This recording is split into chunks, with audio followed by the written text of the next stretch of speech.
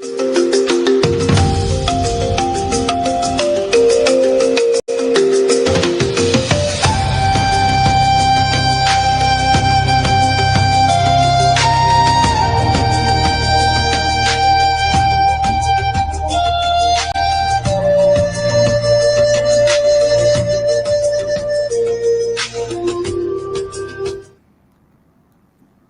evening and welcome to tonight's Undaunted, bringing into the news on church stories. I am Oyin Okbala. Let's begin.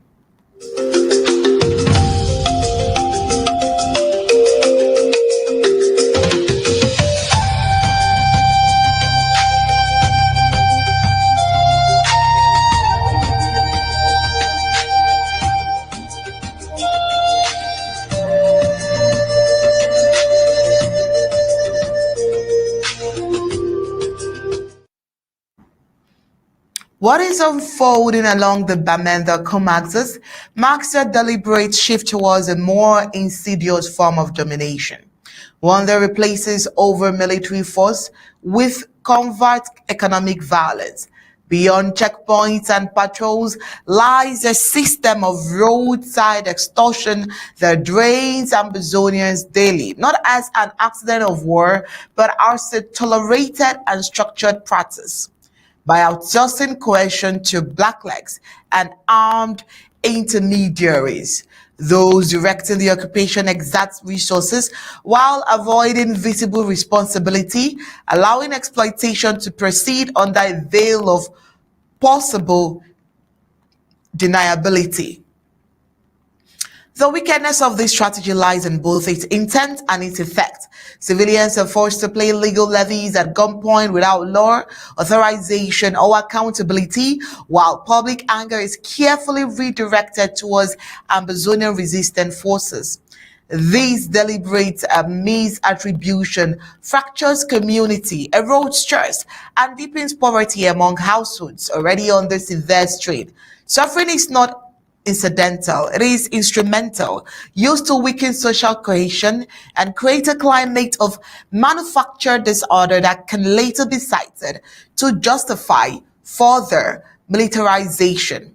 What civilians face on the Bamenda road is neither legitimatization nor security management.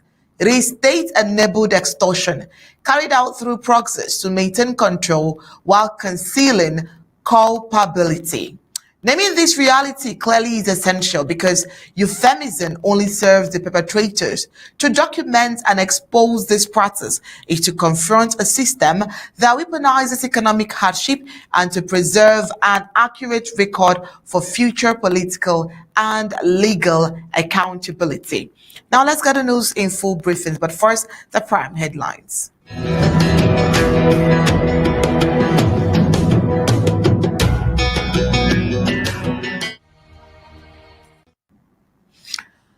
First, we'll take you through the gun-related incident spark and the fear in Bamenda, and right after that, we get into the Colonial deal for Kumbo Central, founded in Tobin, raising fresh security concerns ahead of festive seasons. Also tonight, we'll take a look at how roadside levies on the Bamenda axis is deepening civilian suffering. Also tonight, Colonial Cameroonian Diaspora protests in London over opposition figure Anicet Ekane's death in detention. Trump recalls U.S. ambassador to Nigeria in global diplomatic shakeup, and also the Germany turns to U.S. military drones, raising questions over Europe's defense ambition. Now let's get the news in full briefings.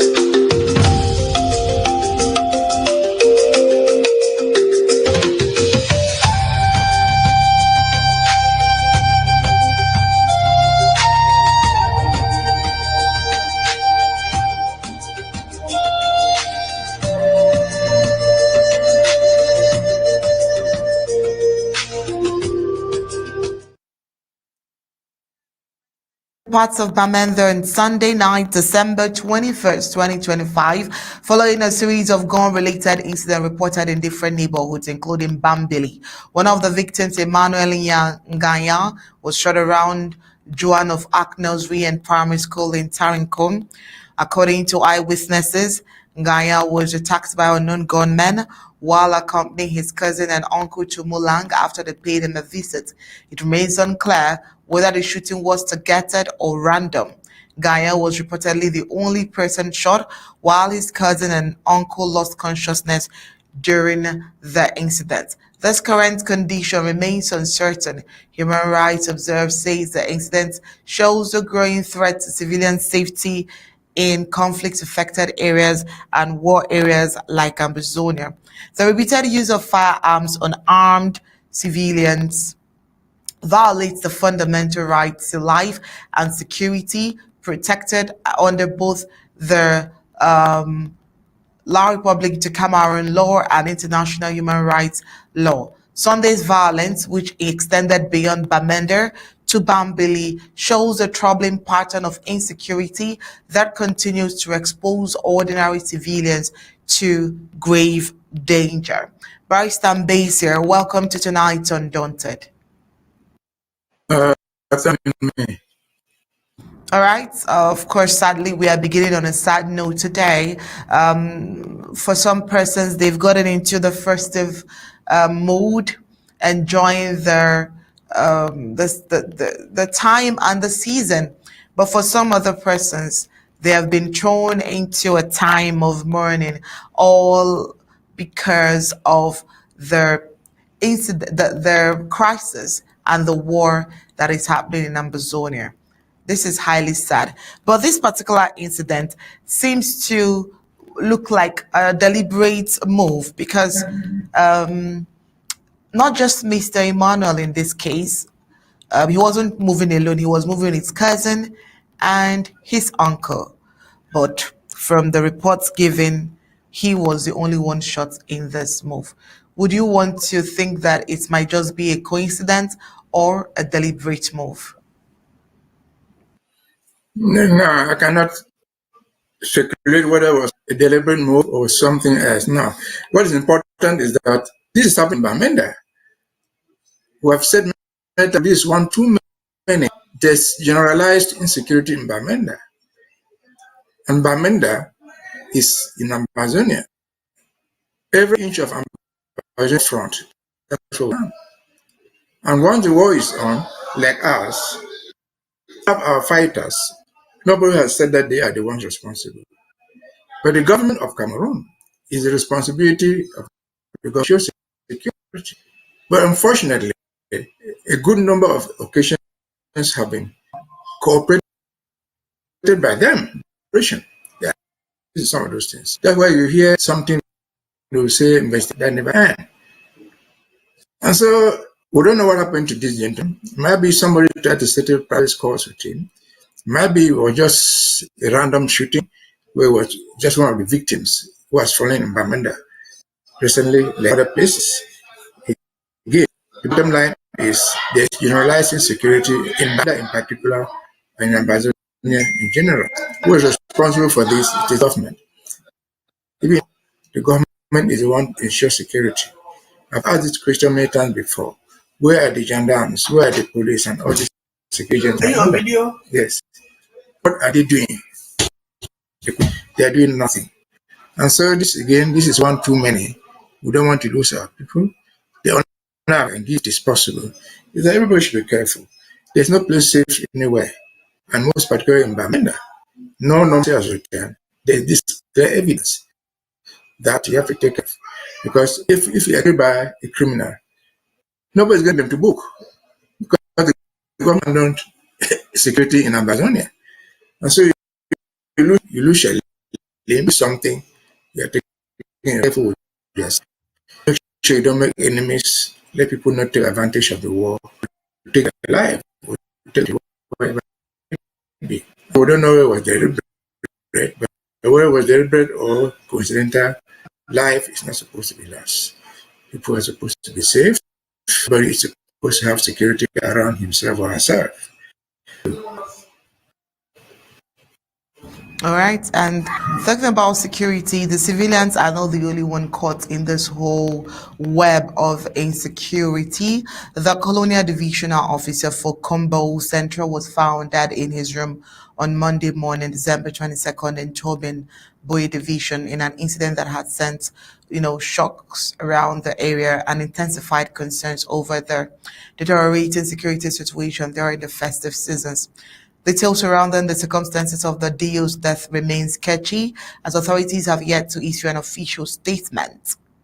Security forces are said to have launched investigation while the scene was reportedly secured shortly after the discovery was made. The identity of the perpetrators and the motive behind the killings are still unknown. The incident has sparked fear and anxiety amongst residents, many of whom are questioning their safety, especially as the Christmas and end of year celebrations approaches. Community members have expressed alarm that a senior administrative authority expected to benefit from state-provided security could be killed under such circumstances. Some are saying a colonial DO is supposed to have some level of security protection.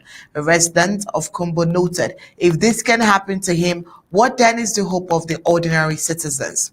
Civil society voices and local observers are increasingly calling for a meaningful and inclusive dialogue to address the ongoing crisis in Ambazonia, stressing that without sustained efforts towards peace and normalcy, insecurity will continue to claim lives and disrupt daily activities. As investigations continues, the population remains on edge, hoping that those responsible will be swiftly identified and brought to justice. This is a developing story. More updates will follow as new information emerges and as authorities uncover details surrounding their killing of the DO. Barrister Mbeseha, just like one of the eyewitnesses there was trying to say, if this can happen to a colonial DO, someone who is supposed to have security protections and all of that around him, what happens to civilians? Just like we tried to show in the first story, everyone is in danger. Yes, the law, except the Lord saves you, because I mean, this is not the first time that DOs are being killed or DOs are being their lives are being neutralized and all of that. Barrister, what would you say? That from what we know, it was found in his house, his bedroom. So somebody came and killed him in his bed. But what could be the cause of death? So, possibility could have a resulting from the front of a war front. That's all a possibility. And so now, there's no evidence that someone would have physically, even though in the report that he was not well protected. She is not protected. He was found dead. I saw the moment he's caught by themselves. And so, why should this man die? We don't know. After his death, what next is the issue. In Kumbo, he was targeted, but targeted him. Nobody wasn't killed him. He died.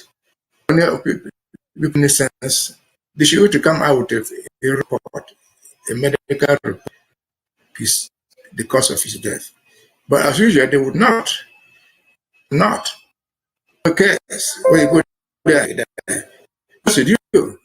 You do is nothing important in terms of administration. If you just consider the story of last week, where they targeted the general and blew off his car, killing his bodyguard, a man with all the protection that they can have. This is in Bamenda, the northern zone. If this could happen to a general, how much more of a small guy called a Dio? He's a sous-prefect. And so we don't know why he died. We don't know who killed him. Other one, let the administration come out with a credible report of the cause of his death. To me, I would have that healthy and suddenly died. That would spare some type of heart attack. Attacks do arise, essentially when you have unexpected events. Kumbo is a very hot area. I mean, in terms of war. Maybe a lane is where a gunshot outside. And he feared that he would die. He had a heart attack. That's possible. But Kumbo, Tobin, like Bamenda, like Amazonia have said, are all war fronts. Go to risk. And so the people who deploy them there in the times of war are the ones to suffer.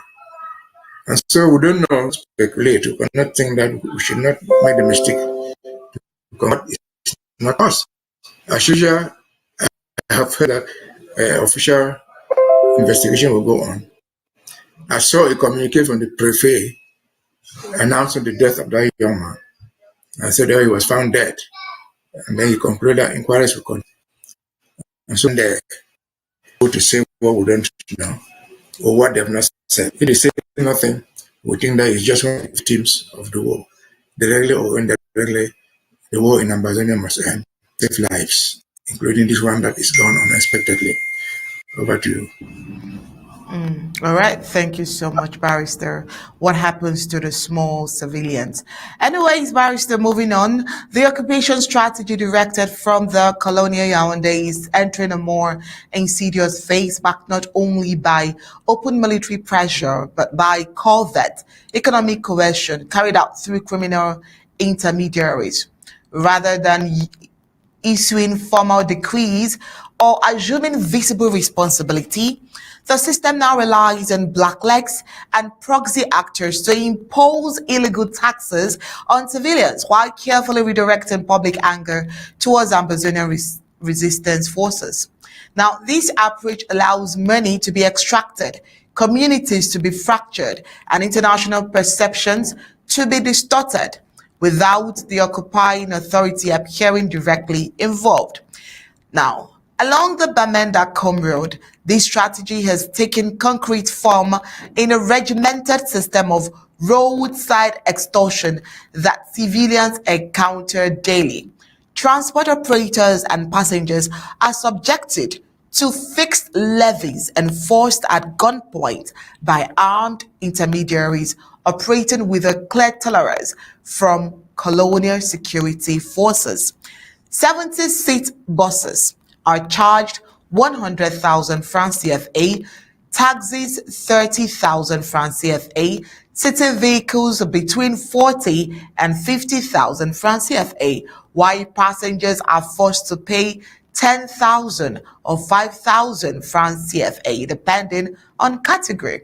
These demands are made without receipts, legal basis, or public authorization, and no legitimate Amazonian authority has sanctioned them. The persistence and organization of these levies points away from random criminality and towards a deliberate policy by proxy. By outsourcing extortion to blacklegs, the occupying power maintains plausible deniability while benefiting from the economic drain and social consequences. Civilians are pushed to blame resistance movement for their hardship, even as the occupation quietly permits the network to operate. This method mirrors historically practices into which occupying regime taxed populations through collaborators to conceal responsibility and weaken opposition.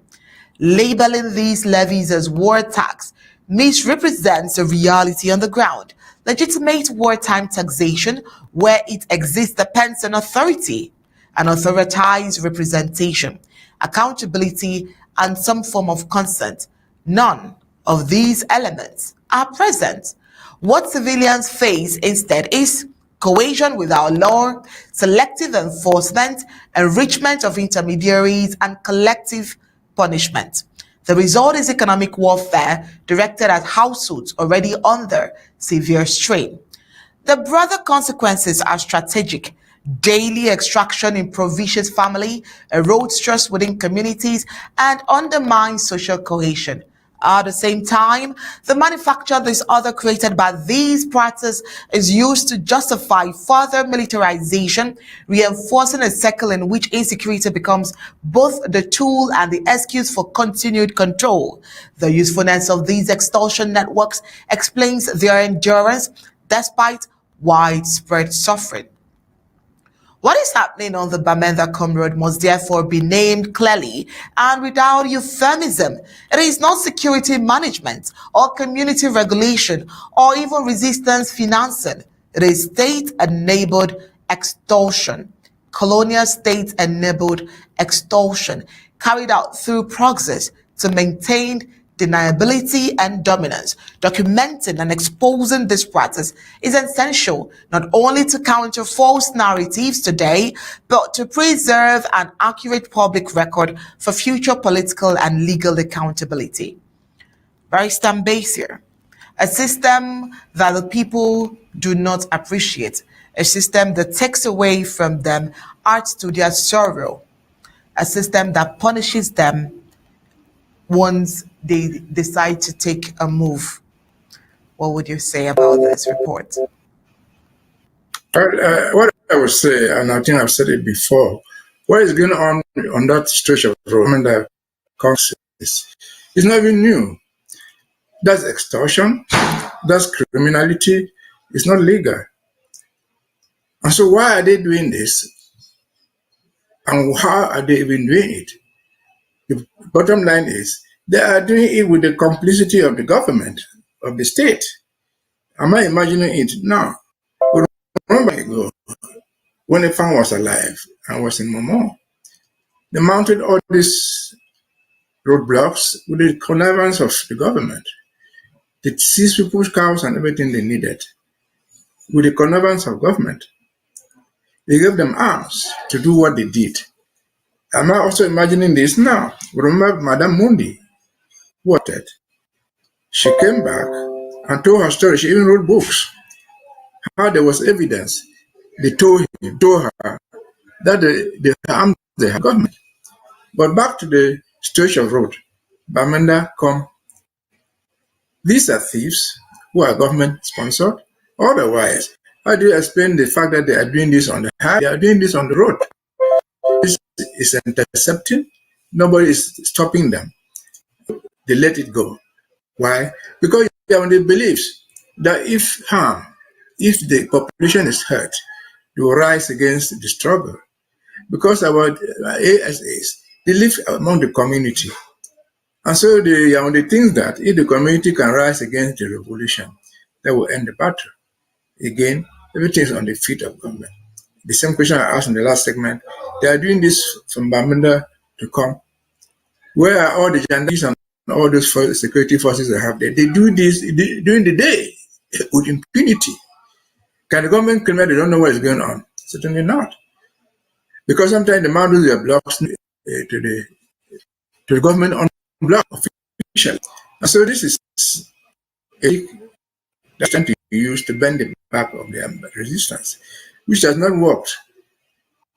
I guess the people who are affected know that this is government doing it. The fault of the ambassador, it is a fault of who refuses to security, to pay tax, who refuses to the people's property and their own lives. And so this is the government. The governor is there, the prefect is there, and above all them Bamenda, who call themselves mayors and so on.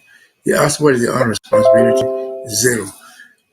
So those are criminal, a common law crime, and then getting money from people, taxing theft, outright theft. Because as you already said, no receipt for taking the money.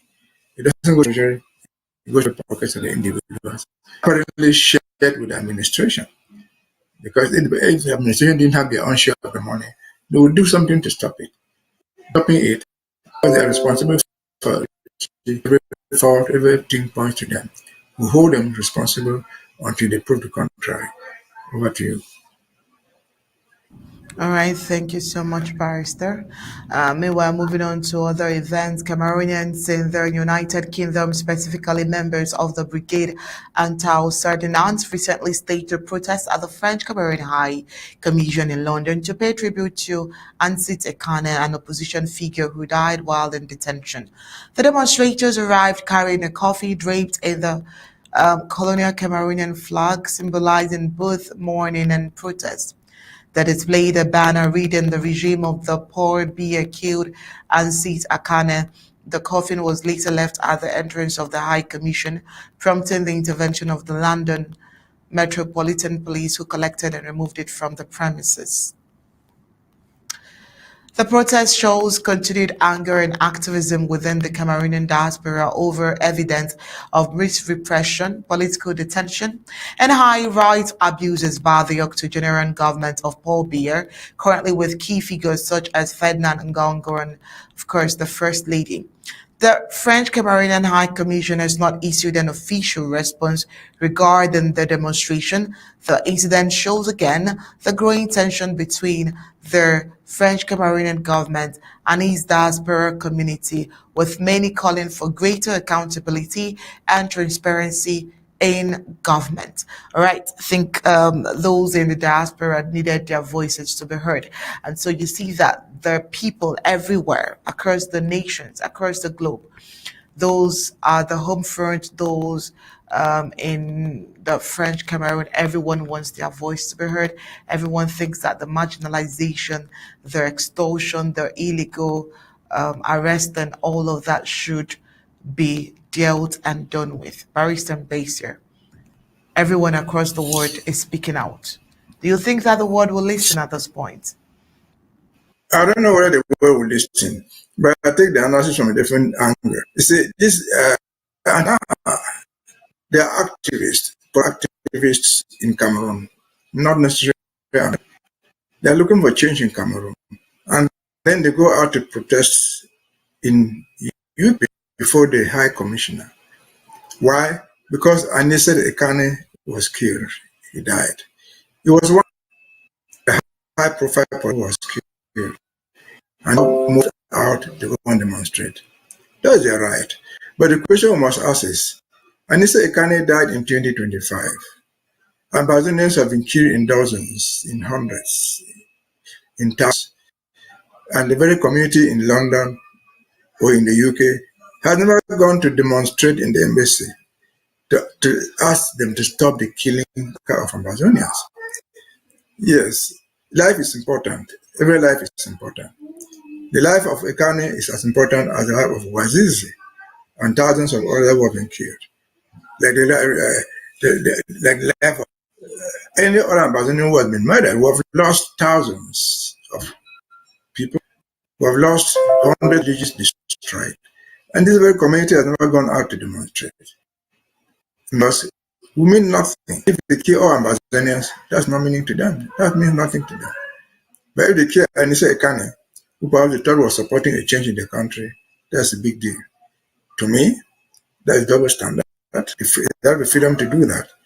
But the question I want them deciding now to answer is, what have we done for the past 9 years, this particular in UK? UK is at the basis, is at the foundation of Ambazonian program. They have now gone back to the embassy, gone back to work House of Chiefs or House of Assembly there, to Parliament, to tell them to take the responsibility and end the war. But they find the courage to go and demonstrate because Anicet. We feel sorry for Anicet Ekane. But again, double standards are not acceptable. If somebody must be held accountable for the death of Anicet Ekane, people should be held accountable for the death of all thousands of Ambazonians they have killed for nothing other than being Ambazonians. Over to you. All right, Barrister, just hold on a bit. There is this African report that would want you to join the conversation, but that's only right after the break. Meaning that right after the break, we'll head into the African report where Trump recalls U.S. ambassador to Nigeria in global diplomatic shakeup.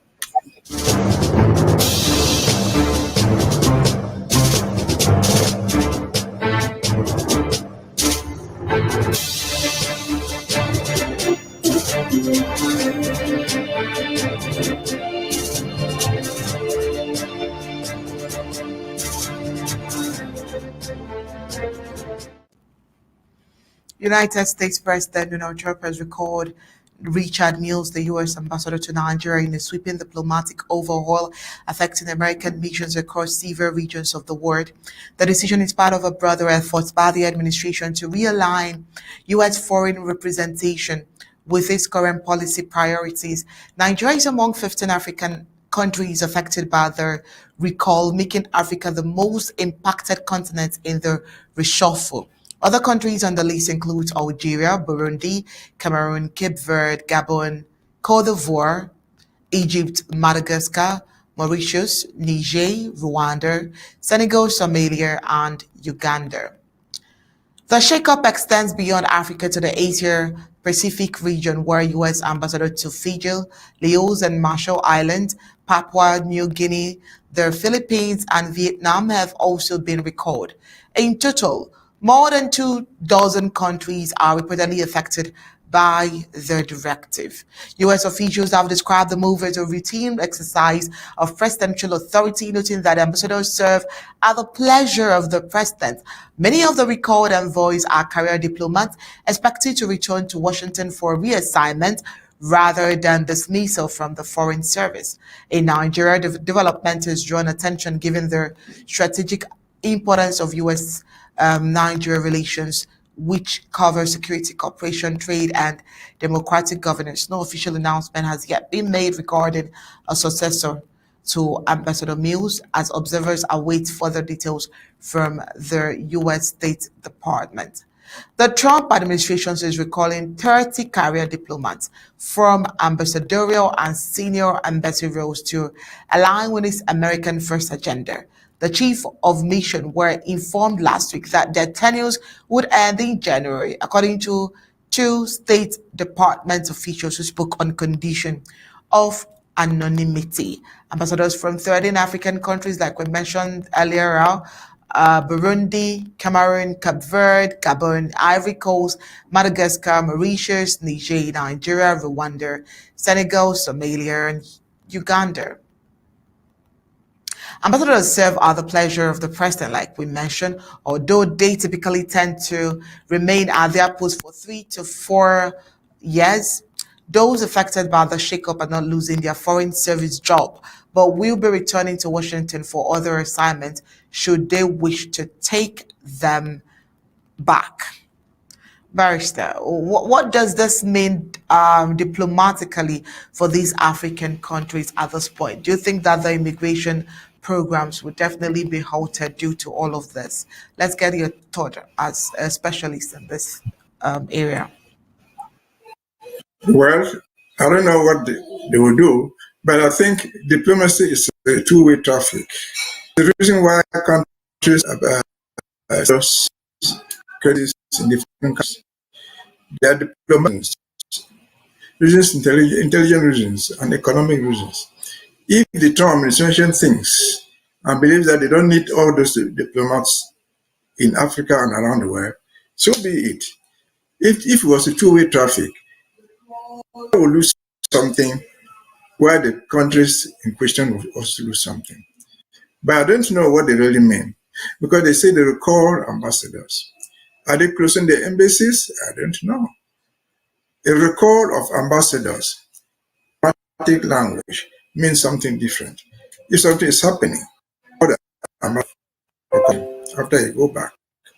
But if you recall the ambassador to Yaoundé, if it's coming, or to Washington, they're not coming back. Have the accuracy. What is the president left there is not represented at the ambassadorial level. Ambassadors represent the government. There are junior staff there. I don't know which is, but if this African, I don't know what Washington benefits by recalling the ambassador from Lagos, from Abuja. Nigeria is such a big country, complex, very, very large in terms of size. And that is why the embassy monitors events. Donald Trump, not long ago, said they was going to invade Nigeria. They were treating Christians badly. If there was no embassy in Nigeria, they would not know the details of what is so-called Christian. And so, what they mean We cannot circumvent or imagine what the president wants to do, but it's not free to do that. It's painful because Africa does not have anything to offer. The Africa, if I were the Nigerian ambassador, I would have recalled my embassy earlier. To call my ambassador from when Trump signaled that they were coming to attack Nigeria. We don't have more. Do that. It seems like I was on the begging side. So you don't create embassies to the country. You create embassies because you have a benefit of it. About the so-called Gulf of Guinea. The Gulf of Guinea is in Nigeria. United Security and for the defense purposes. If you create an embassy there, what do you have? Like Gulf of Guinea? I don't know. But to credit to the suspect that will not last for. Because the rest of Mr. Trump's is 3 years. I'm very sure the next election will reinstate.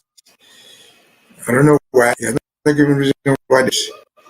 He must have some reasons, but since we don't know them, we cannot comment on them. They are withdrawn Cameroon, which is strategic, where the ongoing war is going on, where the political crises are ongoing.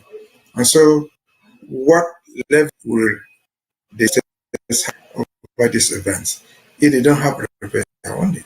If they don't have representation in Abuja or other countries that I mentioned there.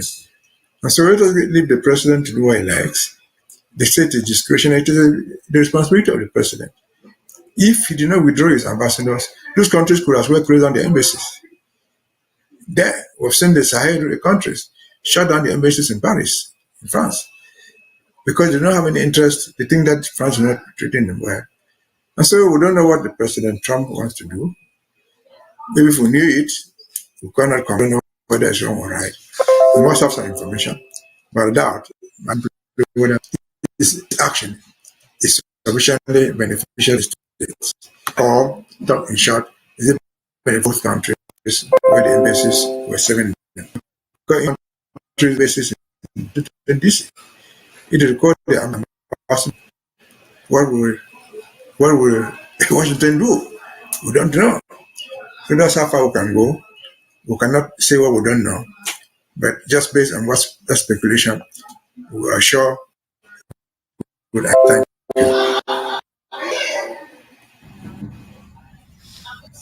All right. Thank you so much, Barrister. And it's at this juncture that would let you go. Tomorrow is another day, and I hope that you are having a wonderful day and a wonderful time winding up for the end of the year and looking towards the Christmas. Hope you're going to have a wonderful Christmas, Barrister. Thank you very much. And we return right after the break. We'll get into the global scene where Germany turns to U.S. drones questioning Europe's defense autonomy in Berlin.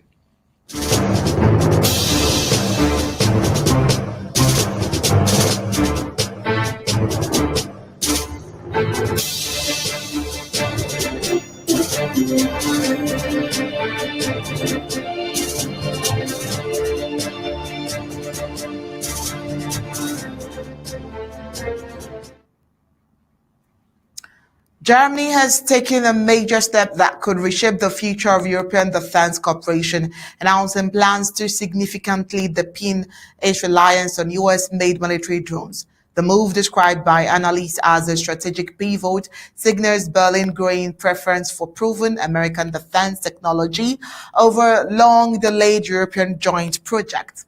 The reported drone deal with the United States, and it shows Germany's increasing concern about security threats, particularly in light of the war in Ukraine, and rising tensions with Russia, and uncertainty about Europe's ability to rapidly deliver advanced military capabilities.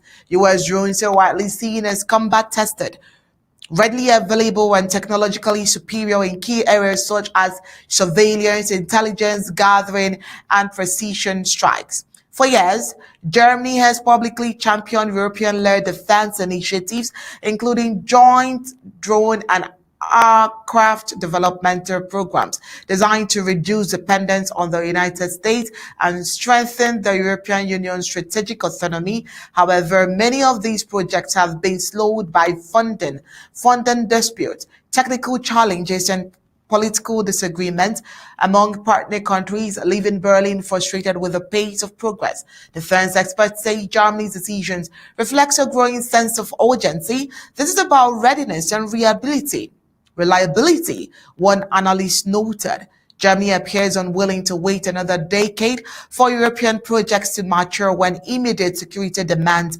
require deplorable systems. The choice of US drones suggests Berlin is prioritizing operational effectiveness over long-term industrial or political commitments within Europe. The move has already sparked debate across the continent. Critics warn that Germany's shift could undermine Europe's defense industry and weaken collective efforts to build independent military capabilities. Supporters, however, argue that the decision is pragmatic, noting that NATO, not the EU, remains the backbone of European security, with the United States as its dominant military power. As Europe faces a more volatile security environment, Germany's drone decision may mark a turning point, whether it becomes a temporary solution driven by urgency or a lasting realignment towards US military dependence could have far-reaching implications for Europe's defense strategy, unity, and, of course, global influence. That's it for tonight, Undaunted. Bring it to the news and church stories. But before we go, let's take a look at the news that made it to the night's headlines.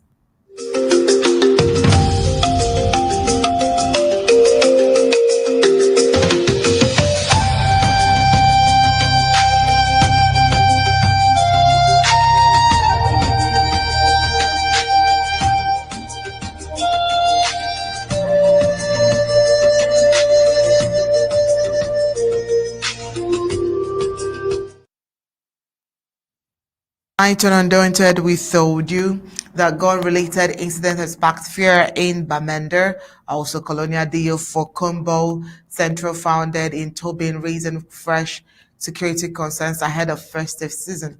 Also tonight, how roadside levies on the Bamenda axis Deepen civilian suffering. Cameroonian diaspora protests in London over opposition figure on Anicet, Ekane's death in detention. Also tonight, we told you that Trump recalls U.S. ambassador to African nations in global diplomatic shakeup. Also, Germany turns to U.S. military drones, raising questions over Europe's defense ambition. That's it for tonight's Undaunted. Bring you to the news on Church Stories. On behalf of Barrister Mbeseha and the team of technicians behind tonight's production, it's compliments of the season from every one of us here. Good night and God bless.